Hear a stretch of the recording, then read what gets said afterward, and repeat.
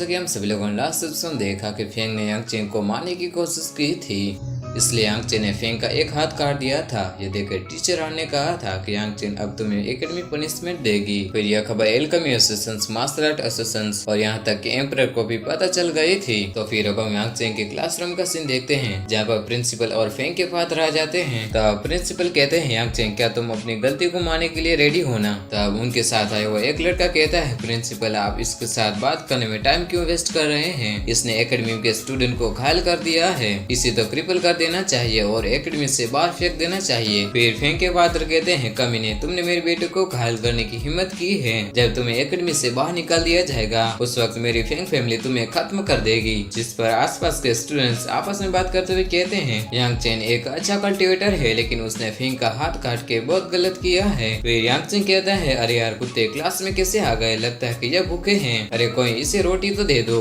यह सुन के प्रिंसिपल उस पर भड़कते हुए कहते हैं, तुम्हारी इतनी हिम्मत कि तुम हमारे बारे में ऐसा कह रहे हो। तब वे उनको समझाने लगते हैं कि यांग चेंग कोई बुरा पर्सन नहीं है, बल्कि वह तो एक टैलेंटेड कल्टिवेटर है। जिस पर फेंग के फादर गुस्से से कहते हैं, मुझे इससे कोई फर्क नहीं पड़ता है कि वो टैलेंटेड है, उसने मेरे बेटे का एक हाथ काट दिया है, उसे पनिशमेंट मिलनी चाहिए। तब प्रिंसिपल कहते हैं, यांग चेंग तुमने रूल्स को तो फॉलो नहीं किया है, इसलिए तुम्हारी कल्टिवेशन को क्रिपल करके तुमको एकेडमी से बाहर निकाल दिया जाएगा। यह सुन के यांग चेंग स्माइल करके अपनी बात को एक्ट करते हुए कहता है, पहले फेंग मुझे क्रिपल करके मारने वाला था, इसलिए मैंने बस उसके एक हाथ को काट दिया है, इसमें कौन सी बड़ी बात है? तब प्रिंसिपल कहते हैं, यांग चेंग ये तुम क्या बकवास कर रहे हो? जिस पर यांग चेंग अपने पास को दिखाते हुए कहता है, क्या तुम्हें सच में लगता है कि तुम मेरी कल्टिवेशन को क्रिपल कर सकते हो? यांग चेंग की पास को देखकर प्रिंसिपल चुप हो जाते हैं। तभी वही कहती है, प्रिंसिपल प्लीज मैं आपसे रिक्वेस्ट करती हूँ कि आप यांग चेंग को छोड़ दीजिए। जिस पर यांग चेंग के क्लासमेट भी कहते हैं, हाँ प्रिंसिपल प्लीज आप इसे छोड़ दीजिए, यांग चेंग कोई बुरा पर्सन नहीं है। तब यहाँ पर टीचर आते हुए कहते हैं कि हाँ मैं भी रिक्वेस्ट करती हूँ, प्लीज आप यांग चेंग को छोड़ दीजिए। आप यांग चेंग के सिर्फ एक गलती के लिए उसकी कल्टिवेशन को क्रिपल नहीं कर सकते हैं। यह सब सुन के फेंग के फादर गुस्सा हो जाते हैं। तब वो अपनी सोड निकालते हैं और यांग चेंग पर अटैक कर देते हैं, लेकिन तभी कोई उसकी सोड को सिर्फ 2 उंगलियों से रोक लेता है और उसे दूर कर देता है। तब प्रिंसिपल उसे कहते हैं कि तुम कौन हो? जिस पर वो पर्सन कहता है कि मैं यहाँ एल्केमी एसोसिएशन के प्रेसिडेंट मास्टर लियो का मैसेज लेकर आया हूँ। यह सुन के सभी हैरान हो जाते हैं। तब एल्केमी एसोसिएशन का मैसेजर कहता है, मास्टर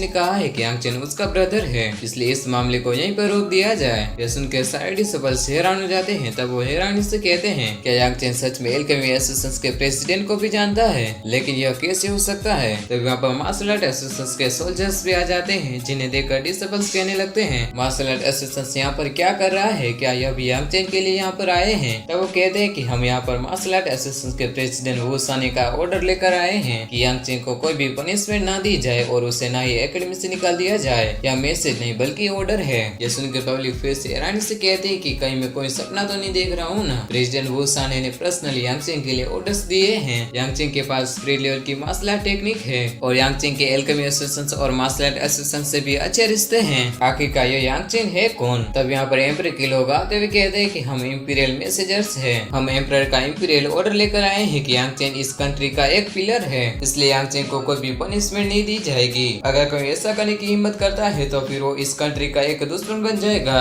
ये सुन के पब्लिक और भी हैरानी से कहते हैं कि अरे यार ये कैसे हो सकता है? यांग चेंग तो रॉयल फैमिली को भी जानता है, अब तो ये फैमिली कुछ भी नहीं कर सकती है, क्योंकि यहाँ पर 3 बड़े पावर हाउसेस खड़े हैं। ये सुन के और देख के प्रिंसिपल के तो पसीने छूट जाते हैं। तब यांग चेंग कहता है कि यहाँ पर जो सब कुछ हुआ वो हमारे बीच ही रहना चाहिए। जिस पर प्रिंसिपल यांग चेंग को रिस्पेक्ट देकर कहते हैं कि यह सीक्रेट ही रहेगा, आप अपना ध्यान रखना, हम जा रहे हैं। यह सब सुन के फेंग के फादर समझ जाते हैं कि प्रिंसिपल भी यहाँ पर कुछ भी नहीं कर सकता है। फिर प्रिंसिपल और फेंग के फादर बाहर आ जाते हैं। तब फेंग के फादर कहते हैं, मैं फेंग को दूसरी एकेडमी में ट्रांसफर करने वाला हूँ। जिस पर प्रिंसिपल जाते हुए कहते हैं कि जितना हो सके उतना जल्दी करो तो फिर अच्छा होगा। और वे सभी वहाँ से निकल जाते हैं। फिर वो 3 बड़े पावर हाउसेस वहाँ से जाने लगते हैं। तब यांग चेंग उनको थैंक यू कहता है और वो भी वहाँ से चले जाते हैं। तब वही मुंह फुलाते हुए कहते हैं कि ऐसा लगता है कि तुम्हें हमारी हेल्प की जरूरत भी नहीं थी, तुमने तो हमको थैंक यू भी नहीं कहा। जिस पर टीचर कहते हैं कि यहाँ पर 3 बड़े पावर हाउसेस की हेल्प करने के लिए आए थे। फिर वो यांग चेन के बहुत करीब जाकर कहती है तो फिर यांग चेन हमें थैंक यू क्यों कहेगा।